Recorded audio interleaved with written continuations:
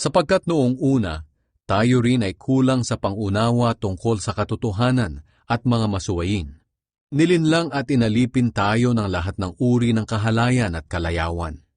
Naghari sa atin ang masamang isipan at pagkainggit. Kinapuotan tayo ng iba, at kinapuotan din natin sila. Ngunit nang mahayag ang biyaya at pag-ibig ng Diyos na ating tagapagligtas, iniligtas niya tayo, hindi dahil sa ating mabubuting gawa, kundi dahil sa kanyang awa. Iniligtas niya tayo sa pamamagitan ng banal na Espiritu na naghugas sa atin at nagbigay ng bagong buhay.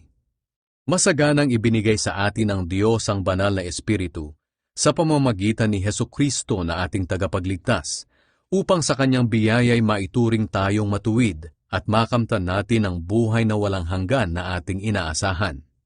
Ang mga aral na ito'y totoo at mapagkakatiwalaan.